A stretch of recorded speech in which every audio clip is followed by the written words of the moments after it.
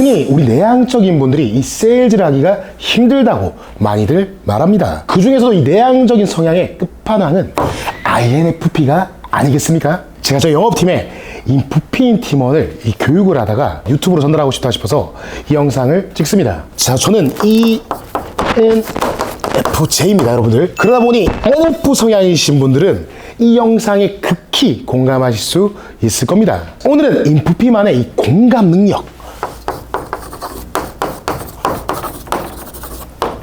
이 공감 능력을 무기로 바꾸는 그 핵심 방법을 싹 다 알려드릴 수 있도록 하겠습니다. 반갑습니다. 당신의 손에 세일즈 마스터키를 쥐어드릴 영업왕 마스터 양입니다. 자, 인프피가 영업을 못하는 건 성격 때문이 아닙니다. 이 방법이 잘못된 거죠. 제가 볼 때 대부분의 영업교육은 인프피 성향에 안 맞습니다. 그것도 모르고 똑같은 방법으로 똑같이 교육을 하려니까 안 되는 거죠. 이 성향에 맞는 맞춤 피드백과 교육이 필요하다는 겁니다. 자, 그런데 여기서 반전이 있습니다. 인프피인 이 성향인 분들이 영업교육, 이 세일즈 교육을 제대로 받는다? 그럼 오히려 누구보다 강한 이 세일즈맨이 될 수 있습니다. 자, 믿어지십니까?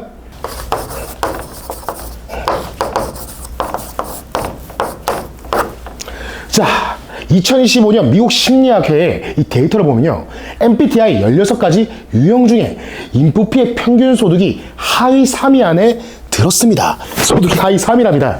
자, 그런데 공감 능력과 창의성은 상위권이라는 거죠. 이게 상위권이라는 겁니다. 이 정리하자면 능력은 있는데 결과를 못 만든다. 이게 무슨 말이죠? 능력의 문제가 아니라 방법의 문제라는 겁니다. 우리 어릴 때 그런 말 많이 하죠. 니는 머리는 좋은데 공부 못한다. 이게 사람을 망친다고 하죠. 자, 능력은 상향치인데 왜 소득은 하위권 3위일까요? 자, 그럼 왜 어떤 기존 방법이 인프피한테 안 맞는지 한번 살펴보겠습니다. 우리 선택장애란 말 많이 쓰죠. 네.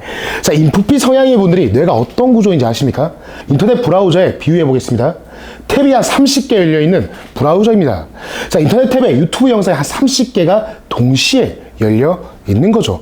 자, 동시에 30개의 영상을 다 볼 수 있는 사람이 있을까요? 없죠. 심지어 소리는 겹쳐서 무슨 말인지 하나도 알아듣기 힘들 겁니다. 자, 인프피인 분들이 고개 앞에 앉는 순간 머릿속이 수십 개의 탭이 파바바박 열립니다. 이 말 꺼내도 되나? 강요하는 거 아닐까? 거절하면 어떡하지? 이게 고개가 진짜 필요한 건가? 자, 생각은 정말 많은데 정작 한마디도 제대로 꺼내지 못하는 거죠. 왜 이런 현상이 일어나냐? 인프피 성향은 결정할 때 이 남들보다 뇌를 훨씬 더 많이 씁니다. 자, 24년 토론토 대학교 연구를 보면요, 인프피 성향은 결정할 때 뇌가 평균 27% 더 많은 에너지를 쓴다고 합니다. 그러니까 이 미팅 하나, 사람 하나 만나는 거 준비하는 것만으로도 이미 힘이 다 빠지는 거죠. 이걸 우리는 선택장애라고 부르는데요, 이게 제일 심한 유형이 바로 인프피인 겁니다. 네네. 자, 그러니까 기존 영업 방식이 아닌 다른 방식이 필요합니다. 목표를 잡고 계획을 세우고 실행하는 이 방식들이 인프피 성향에는 안 맞는다는 거죠. 자, 인프피 성향은 감정이 먼저 움직여야 몸이 행동합니다.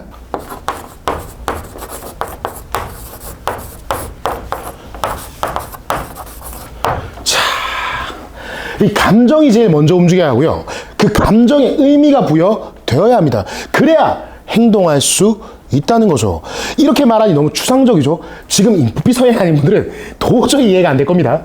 자, 아까 저희 팀원 얘기로 돌아가 보겠습니다. 자, 그 팀원한테 오늘 제가 이렇게 물어봤습니다. 오늘 미팅 목표가 뭡니까? 그 팀원이 말했습니다. 계약이요. 그래서 다시 물었습니다. 계약 말고 오늘 이 고객 앞에서 어떤 사람이 되고 싶습니까? 잠깐 생각하더니 이렇게 말했습니다. 고객에게 좋은 향기를 남기는 사람이요.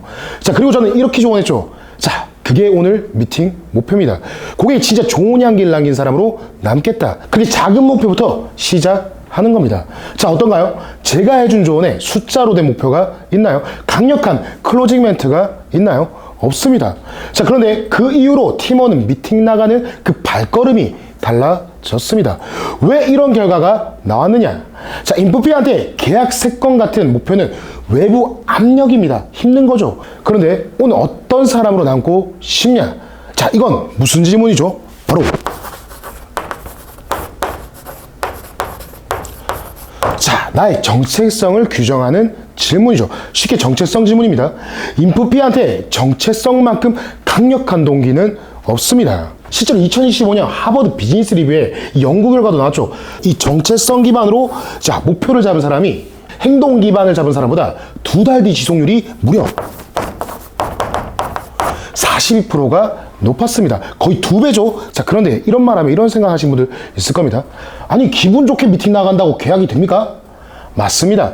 기분만 좋다고 계약이 나오진 않을 겁니다.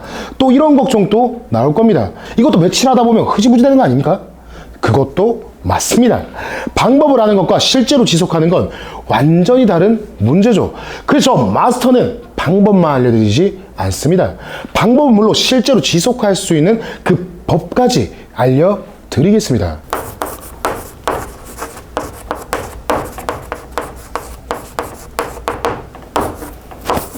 자, 바로 공감정 실행법입니다. 이 세 가지만 기억하시면 됩니다. 첫째, 미팅 전에 나 자신에게 질문 하나만 하십시오. 오늘 이 고객 앞에서 어떤 사람이 되고 싶냐? 계약 숫자가 아니라 내가 어떤 사람이고 싶냐는 질문입니다. 인프피 성향은 숫자보다 이 정체성이 훨씬 더 중요합니다. 이런 질문이 인프피인 분들의 반감을 덜어준다는 거죠. 자, 둘째는 준비는 70%면 충분합니다. 인프피는 완벽한 준비를 하려다 시작조차 못하는 경우가 태반입니다.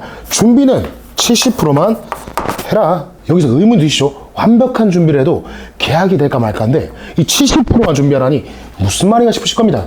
자, 24년 프로덕티비의 저널 연구의 결과에 따르면요, 70% 목표 잡은 사람들이 100% 목표 잡은 사람보다 무려 업무 완료한 비율이 70% 비율이 무려 2배나 높았습니다. 업무 완료한 비율이.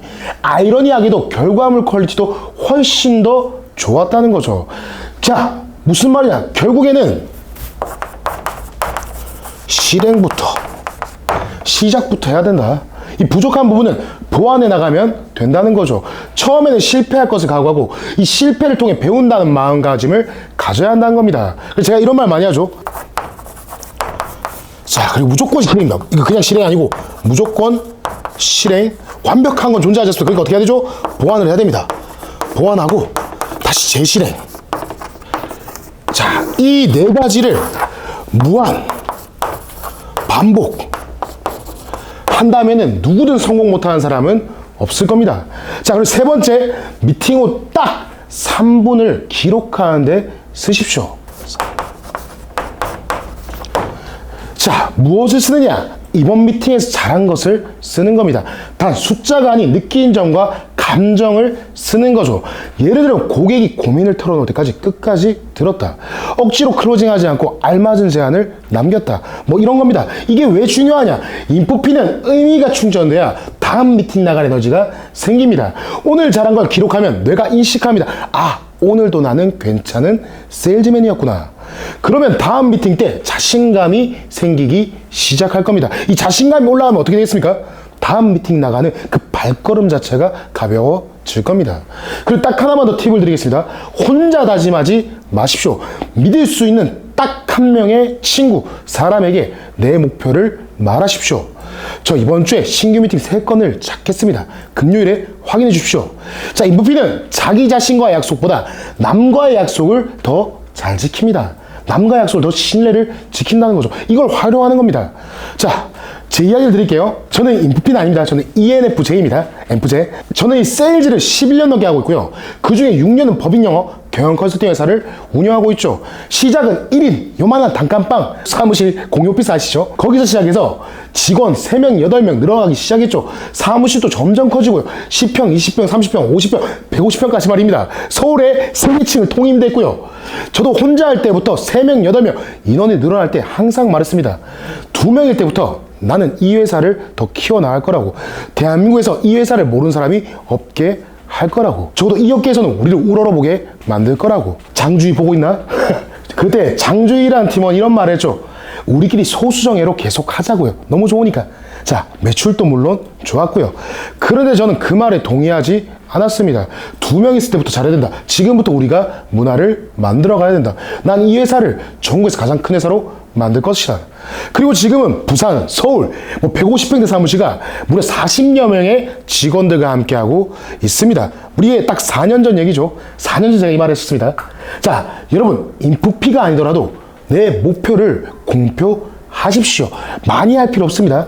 자, 딱 한 명이면 됩니다. 믿을 수 있는 그 딱 한 명에게만 약속하고 지키시면 됩니다. 작은 약속이든 큰 약속이든 하나씩 지켜나간다면 반드시 성장해 나갈 겁니다. 오늘 이 영상이 분명 도움이 되셨을 겁니다. 제 채널을 구독하시면 당신의 성공을 11년은 앞당길 수 있을 겁니다. 왜? 제 11년의 모든 핵심 노하우를 올려드릴 거니까요. 그냥 가신다면 11년을 우회해서 돌아가야 된다는 말이죠. 자, 그러니 구독하시고 아래 고정 댓글을 꼭 확인해 보시길 바랍니다. 자, 그럼 힘차게 마무리해 보겠습니다. 네버 기버! 당신의 손에 세일즈의 마스터기를 주어드릴 영업 왕 마스터 양이었습니다. 수고하셨습니다.